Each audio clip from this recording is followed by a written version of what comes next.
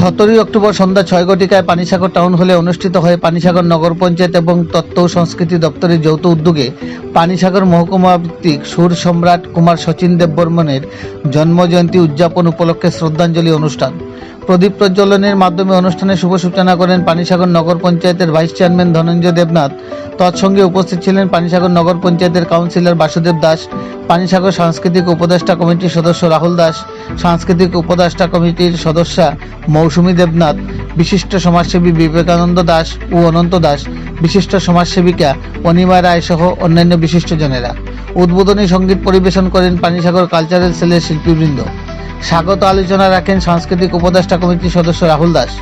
অনুষ্ঠানের শুরুতেই মঞ্চে উপবিষ্ট অতিথিরা একে একে শচীন দেববর্মনের প্রতিকৃতিতে পুষ্পার্ঘ্য নিবেদনের মাধ্যমে শ্রদ্ধাঞ্জলি নিবেদন করেন।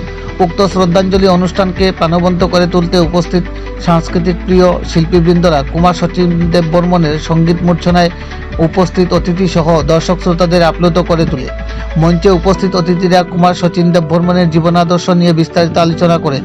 ত্রিপুরা রাজ্যের গর্ব তথা কিংবদন্তি সঙ্গীতজ্ঞ কুমার শচীন দেববর্মনের সঙ্গীত নৈপুণ্যের জীবনমুখী সেকেলের সঙ্গীত আর বর্তমান আধুনিক জগতের সঙ্গীতের তারতম্যকে বিস্তারিত আলোচনা করেন। কিংবদন্তি সঙ্গীতজ্ঞের সঙ্গীত নৈপুণ্যতায় আধুনিক বাংলা গান থেকে শুরু করে ভাটিয়ালি গান সহ হিন্দি গানে ছিল অগাধ দক্ষতা এবং জনপ্রিয়তা, যার দরুন রাজ্যের সাংস্কৃতিক অঙ্গন থেকে শুরু করে ওর অগাধ বিচরণ ছিল ভারতবর্ষের ফিল্ম দুনিয়ায়। জীবনমুখী গান থেকে শুরু করে ফিল্ম দুনিয়ার সঙ্গীতে ওর আধিপত্য ছিল অপূরণীয়। কুমার শচীন দেববর্মনের সঙ্গীতের মূর্ছনায় অনবদ্য সৃষ্টির ছাপ রেখে গেছেন ত্রিপুরা রাজ্য সহ গোটা ভারতবর্ষের সাংস্কৃতিক জগতে। গ্রাম বাংলার ঐতিহ্যকে ঘিরে তিনি রেখে গেছেন সঙ্গীতের নৈপুণ্যের অনবদ্য সৃষ্টি, যা আজও গ্রাম বাংলার ঐতিহ্যে আষ্টে পৃষ্ঠে জড়িয়ে রয়েছে। কিংবদন্তি সুর সম্রাট কুমার শচীন দেববর্মনের জন্মজয়ন্তী উদযাপন উপলক্ষে রাজ্য তথা গোটা দেশ আজ রেখে যাওয়া অপূর্ব সৃষ্টি নিয়ে অভিভূত। পানিসাগর থেকে নিজস্ব প্রতিনিধি রিপোর্ট, শ্যামলী ত্রিপুরা। যে তখন ছিল ব্রিটিশ, সম্পূর্ণ ভারতবর্ষে ব্রিটিশ শাসন ছিল এবং ভারতবর্ষে একটা ছোট্ট একটা রাজ্য পার্বত্য ত্রিপুরা, সেই পার্বত্য ত্রিপুরা রাজ পরিবারের রাজকুমার ছিলেন এস.ডি. বর্মন এবং সেই বৃহৎ পার্বত্য ত্রিপুরা যে কুমিল্লা, সেই কুমিল্লায় এস.ডি. বর্মনের জন্ম হয়েছিল। তো এস.ডি. বর্মন রাজ পরিবারের ওনার বাবা চেয়েছিলেন উনি পড়াশোনা করে রাজবার উনি দায়িত্ব গ্রহণ করবেন।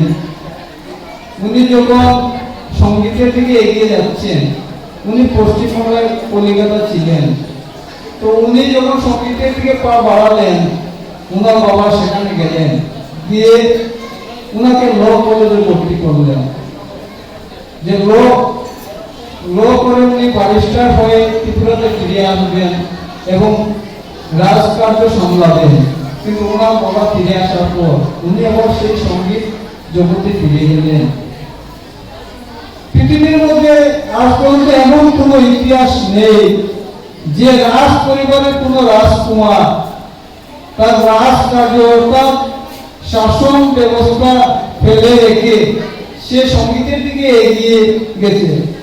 আমাদের এই পার্বত্য ত্রিপুরা রাজ্যের ইতিহাস তৈরি করলেন এস.ডি. বর্মন। ত্রিপুরার রাজ পরিবার থেকে বারবার ওনার কাছে যাওয়া হয়েছে ত্রিপুরায় এসে উনি রাজকার্য মন্ত্রিত্বের দায়িত্ব পালন করার জন্য, কিন্তু উনি প্রত্যাখ্যান করলেন। প্রত্যাখ্যান করে উনি ওনার সেই সঙ্গীত জগতে দিকে এগিয়ে গেলেন। তো এই ছোট্ট পার্বত্য ত্রিপুরা পরিচিত হয়েছে এস.ডি. বর্মনের কারণে। উনি সেই ভারতবর্ষের যে শহর দিল্লি, মুম্বাইয়ের মতো জায়গায় গিয়ে উনি মিউজিক ডিরেক্টরের দায়িত্ব সামলেছেন।